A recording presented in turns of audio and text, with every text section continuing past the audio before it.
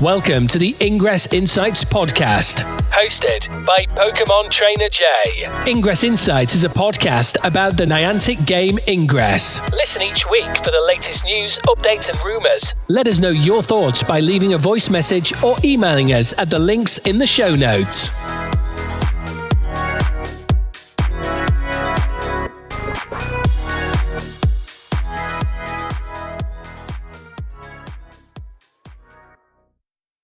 Additional intel available. Hello agents and welcome to episode 93 of the Ingress Insights podcast. This week's episode will be going through the Plus Theta global campaign that's still ongoing, as well as looking at various Ingress news such as the Niantic profile and campfire being disconnected, as well as a few interesting threads on the Ingress subreddit, and then looking ahead to see what's coming up in May, because this will be the last podcast of April, and also talking a bit about the Wayfarer challenge that's ended. So I'll go into the Plus Theta news first of all, and also cover my gameplay and where I'm at with the campaign too.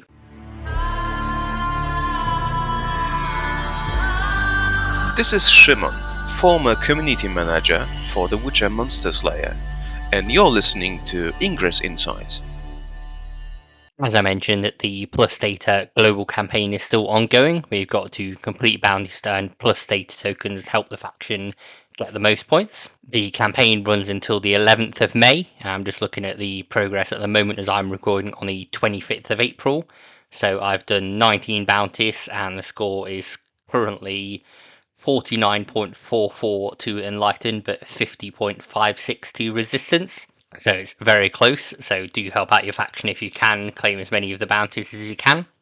I'm on my third go around, so you can do a maximum of 4. I've got 2 tasks left to do, so I've got to hack 160 portal keys, and I've got 68 out of 160. I need to capture any 100 portals, and that's only 11 so far. I've not managed to capture many recently, but there's a few that will be decaying soon. A few I'll probably visit over the weekend I can capture. So I should be able to get that done and start my 4th time round on it. It does mean that I do have the Plus Theta Anomaly medal at bronze at the moment, so I've got 2,930 Plus Theta tokens. It's 4,000 for silver and then 6,000 for gold. Hopefully I should be able to get gold from doing daily tasks and completing the rest of the campaign as well before the 11th of May. Originally the Plus Theta medal wasn't showing in the Anomaly place, so if you've not got an Anomaly medal before, they do go at the very top of your profile, with the most recent Anomaly being the first one on your profile. So if you visited my profile, it'd be the Plus Theta Anomaly medal that's there at the moment, and then followed by Raised Memories, and then you basically go back and see the first Anomaly that someone attended and got the medal from. But as I said, it is now in the right place, it's never moved there correctly. So I've seen a few people that have already got silver or gold, I think. So it'd be interesting to know what your progress is and how you're finding the medal, whether you think the Anomaly medal being tiered is a good thing or a bad thing. I'm still not sure myself, but I'm happy to have another Anomaly medal to go along with the ones I've already got, like Echo and Curies and Epiphany Dawn, things like that. One important thing to note about the Plus Theta global campaign is previously the direction said that you had to upgrade resonators, and that's one of the tasks. So here for my third go around I had to upgrade 200 resonators. The rules did say it had to be a different agent's resonator at a friendly portal. It doesn't have to be, it can be your own resonator, so you could capture a portal with all level 1 resonators and then upgrade them all slowly and get your points that way. And it has been amended in the rules on Ingress's news site now too. That's all the news there is really for Plus Theta. Like I said, the campaign's ongoing. Make sure you're doing what you can for your faction. Make sure you get it all done by the 11th of May. And if you can do it 4 times, then do that. Make sure you get all the bounties scored. So I'll move on now to just general Ingress news. This is Jessica Jung, lead producer of Peridot, and you're listening to Ingress Insights. For Ingress, the team seems to be rapidly moving towards Niantic Spatial. So the Niantic profile has now been disconnected from Ingress. This previously showed you your friends' progress in other games or your own progress in other games. You can see how you were doing on Pokemon Go, Monster Hunter Now, Peridot, everything like that. But it's now been removed, so if you go to check a Niantic profile from another game, you won't see their Ingress progress and what team they're in. Campfire access has also been removed, so that's no longer on the Ingress app. However, you can access the Ingress official chat via Campfire app. Obviously, it's not maintained by the Ingress team at all. I doubt they've looked at it in the past year or so, but it is still there. And there's actually updates from the Peridot team regarding Campfire that I just want to cover as well. So they say Campfire will be moving over to Scopely. You can still use Campfire as a separate experience. However, if you participate in Peridot communities on Campfire, you may be impacted. We're stopping support for creating Peridot Campfire groups and removing access to Campfire within the Peridot mobile game. Existing Campfire groups will remain, but will need to be accessed through the Campfire app. So it seems like you can still keep the group. I know that the Harry Potter Wizards Unite official group is still around on Campfire. Even though that game's not existed for many years now, there's still a few people in there chatting away and kind of remembering what Harry Potter Wizards Unite was like. So I imagine the same thing will happen with the Ingress Campfire group. It won't be deleted, but Ingress will stop paying attention to it. Even though we don't have a friends system in Ingress, I did want to call out Peridot's other section here. So they noted that all your current Peridot friends will stay connected to you. If you would like to add new friends, you'll need to do it one by one. You will no longer be able to automatically import your contacts from your device into Peridot. They also note that for Peridot, the Niantic Kids system is no longer supported. It wasn't really a thing in Ingress at all because you need to be 13 years or older to play the game as per the terms of service for Ingress, so there's no point having Niantic Kids thing for that. In addition to these changes, the in-game support for both Ingress and Peridot has now changed to Niantic Spatial. So before where you'd click and there'd be a series of options to go through a bot that responded to you, there's just sending a free format message to the support. I don't know how long they take to reply, whether they'll update the pages or anything like that, but it does say it's Niantic Spatial, it's not Remy or a bot or anything like that. It may be a Niantic Spatial bot, but it's not named like it's an actual human. Niantic Supplier have also sent out an email to say you can save up to 50% off Ingress, Peridot and Niantic favourites. So it's their spring sale. This means you can get like a cheap toast push or cheap Ingress badge kits if you've not picked them up before. It's not known whether it's a kind of clear them all out and sell them in a new storefront. Ingress do have their merch tab on their website, but Brian Rose from the Ingress team did mention that once the toast pushes are gone, that's it. So it sounds like it's your final chance to get some of these items if you do want them. Shipping in some places is a bit horrendous, but do have a look and see if you can maybe get a bulk order sent to someone else and then distribute them from there. That might be a bit easier, but do check out nianticsupply.com. They'll have loads of offers on there that you can pick up in their spring sale and then finally get badges, things like that if you want, or toast pins, anything like that. There have been a handful of issues over the last few days with Ingress as well. So starting on the 24th of April, signing with Apple went temporarily down. They did restore it a few hours later, so get it back up on the Ingress Map Intel Map Mission Creator tool. If you normally sign in with Apple though, just make sure you check your Adventure Sync is still on. It might have been turned off during the blip on there. Then today on the 25th of April, the Ingress team said, "We've received reports from agents supporting Ingress login issues, and we believe this is likely a domain name system DNS issue that will resolve itself over time. If you aren't already using it, you might consider switching to Google Public DNS, and they give you instructions there of how to swap over." But I'd seen quite a few agents that weren't able to log in, or agents that were able to log in but nothing was taking effect, so things weren't blowing up or doing anything on there when they were actually able to log in. I had a few issues myself, but it was mostly resolved after opening it, closing it again, and trying it a few more times. But I think it was for like an hour or two that people were having issues. They seem to resolve now. But it's not great when there's downtime when people are trying to do like the global campaign, various other things in game. On the recent downtime, I did post a topic on the Ingress subreddit as well to ask whether agents should be compensated for downtime. So I mentioned I've seen before in formerly Niantic's other games such as Pokemon Go, Harry Potter Unite, something goes wrong with an event such as a late start or players can't access the game, and then there's a make-up event or some freebies like extra research, free gift claim in the store, and whether agents think Ingress should be doing this as well. Some people are on the fence about it and don't think it should happen, and there's other people that have spoken out from dev teams that say the outage is really crap from their end as well, so it doesn't feel great to have people complain, which I totally get. Other people saying yes they should, and using Jurassic World Alive as an example, where you get lots of free stuff whenever their maintenance takes longer, because they have general maintenance every now and again to fix the game. So I'd be interested to know what you all think as well. Do you think when the game goes down they should give a kind of apology gift? I know in Pokemon Master CX they get used to get apology gifts so often they were just called apologems rather than gems.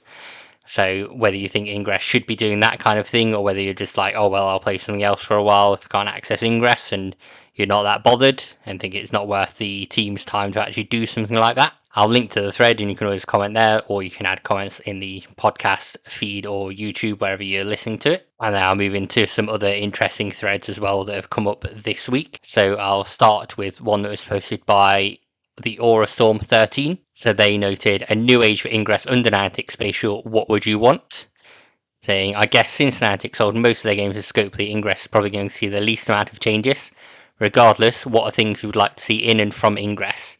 If Niantic Spatial is going to go full steam ahead with AR and scanning, why not bring out a badge for overclock hacks? It's one way to encourage folks to participate with the feature on their own terms. From most chats, it seems folks only really do it when it's needed for an event. I'd want Niantic Spatial to stick to its roots with Ingress. It's a game about discovery, points of interest, and making triangles. Hope the AR stuff remains optional rather than forced. Hopefully we have many more years with our scanners. And some agents said various things on there. So Happy Nacho wanted actual recursion benefits and new gameplay. Glenuendo wants to feel like spoofers may actually get booted from the system. Theta called out for full-scale removal of shitty portals that were added by Pokemon players. As someone that's nominated lots of things in Pokemon Go that are eligible, it seems a bit mean, but I kind of get where they're coming from.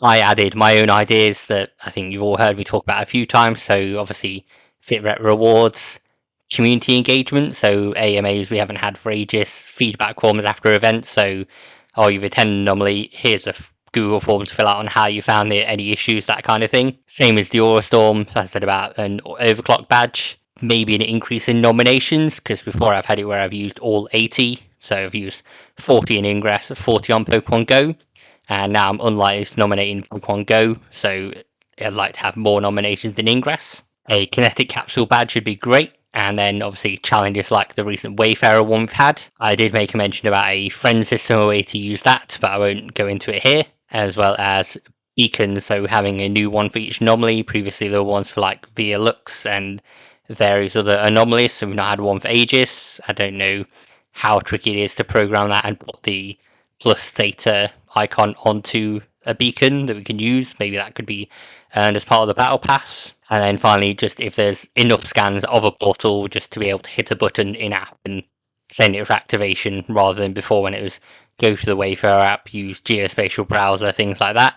It should just be easy. If it's not going to be automatic, if an agent has to push a button, then please make it a button there that's ready to go. Again, I'll link to this thread so you can share your own thoughts on what you want. And then finally, in this trio of Reddit threads, it was one I posted again.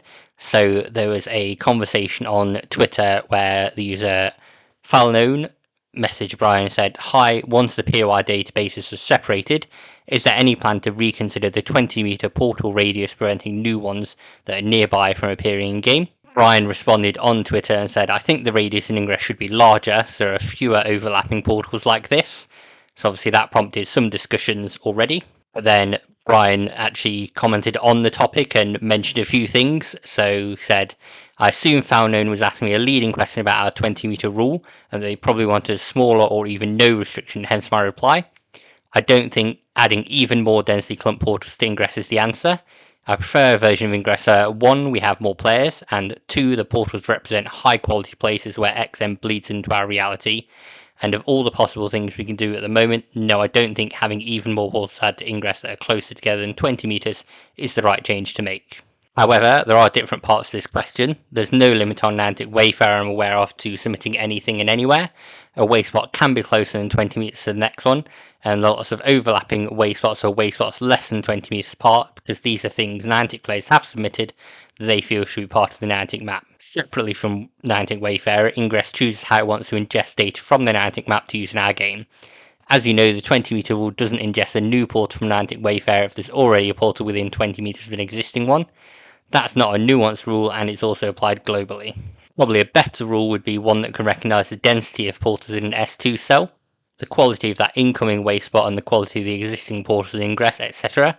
But back to the original tweet in 280 characters or less, no, we're not going to change the 20-meter rule right now to make it smaller. There was also a comment made in response to someone from Brian that I thought was worth highlighting too. So he noted, more specifically, as an Ingress player, I want portals that represent unique and interesting places to visit and play Ingress.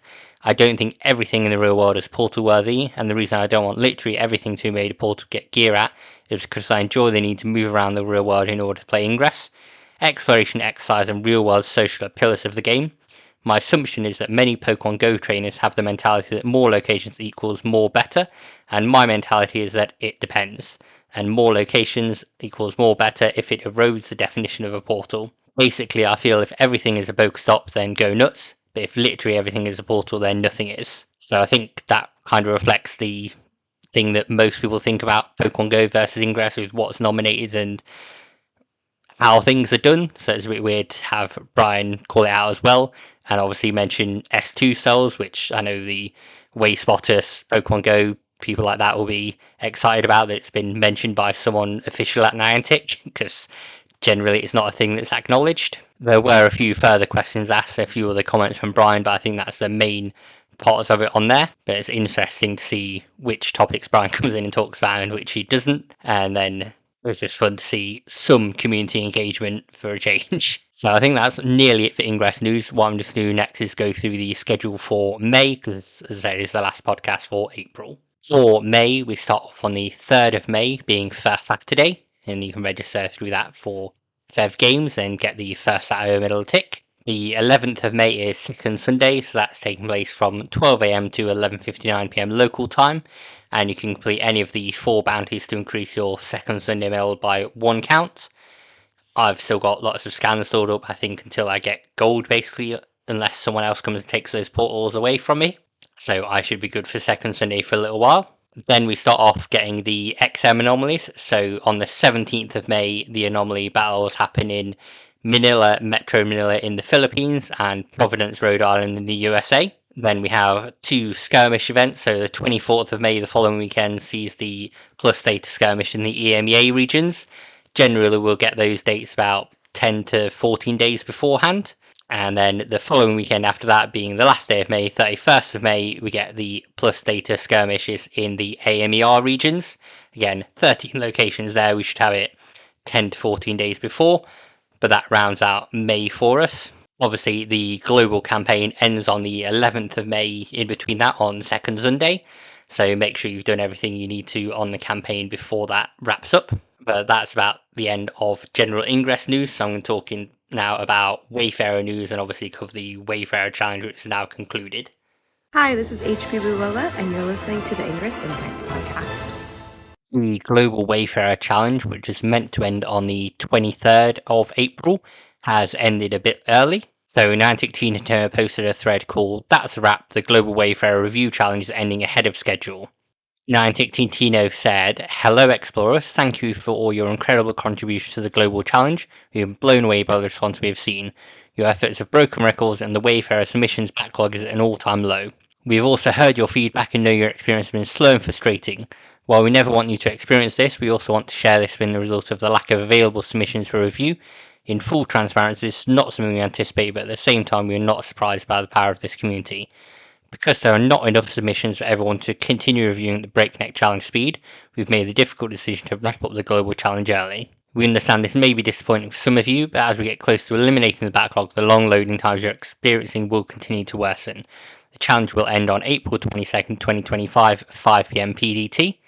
In order to compensate for the reduced length of the challenge and shortage of submissions throughout it, we've also decided to adjust the individual tier rewards as listed below. This is in addition to the previously announced change to the individual reward tier.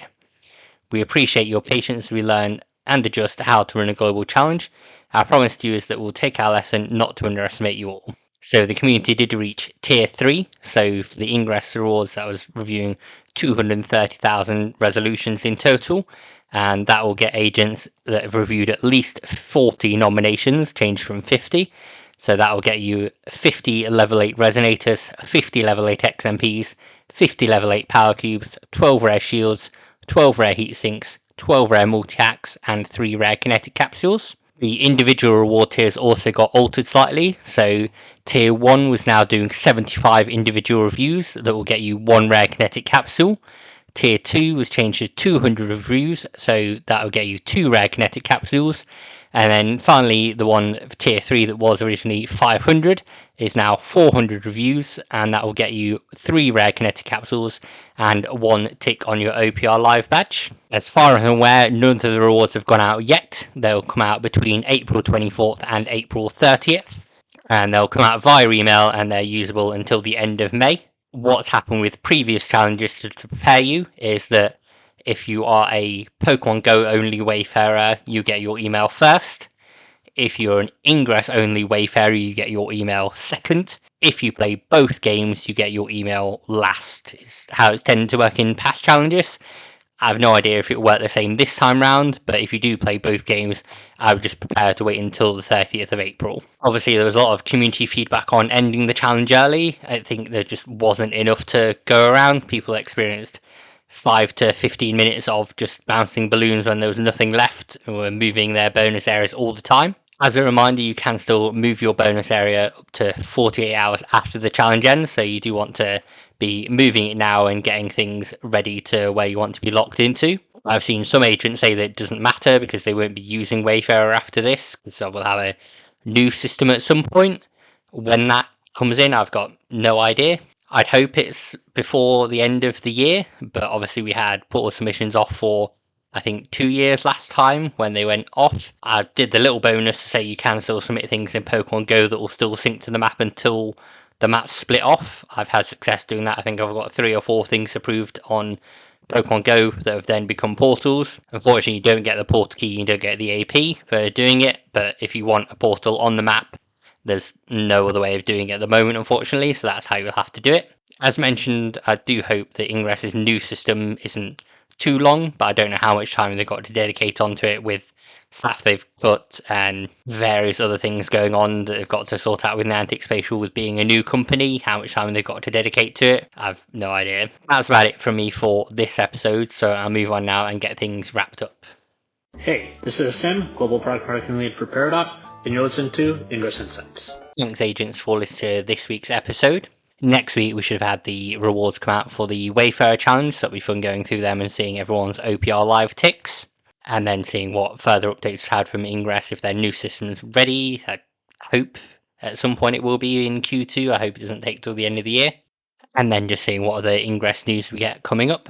Do share how you're doing with the Plus Data Global campaign and whether you think whether you think Enlighten are going to win, Resistance are going to win. Usually Resistance win these global campaigns by a little bit, but it's been close a few times. I've seen Enlighten the lead a few times this time round. As I said, that's all from me for this week. Hope you have a great Sunday. Oh, before I forget, there is a bonus episode that we're coming out on the 30th of April for the ones that I do at the end of the month. I think it's about Second Sunday or Anomalies, one of those. But hope you have a great Sunday, happy hacking, and enjoy the rest of your day, agents. Thank you, agents, for listening to the latest episode of the Ingress Insights podcast. If you'd like to follow us on social media, you can do that on a few channels. So on Threads under the name ingress.insights, on Instagram under the name ingress.insights as well. Twitter/X, which posts episodes of the podcast, is under Ingress Insights, no dot in that one. And you can also watch these episodes on YouTube under Ingress Insights Podcast. You can send us a voice message by visiting the podcaster's Spotify page. And finally, you can buy Ingress Insights merch, such as mugs, pins, t-shirts, by going to freepublic.com/user/ingress-insights. And on there, you'll see all the designs that we've got listed at the moment. There are some new ones that will be coming up at some point soon. But you can buy your Ingress Insights mug, hats, t-shirts, tote bags, anything like that you want. Thank you again for listening. Hope you tune in next week. If you do like the show, please do rate it on the podcast service you're listening to. I look forward to speaking with you all about Ingress again. Intel package transferred.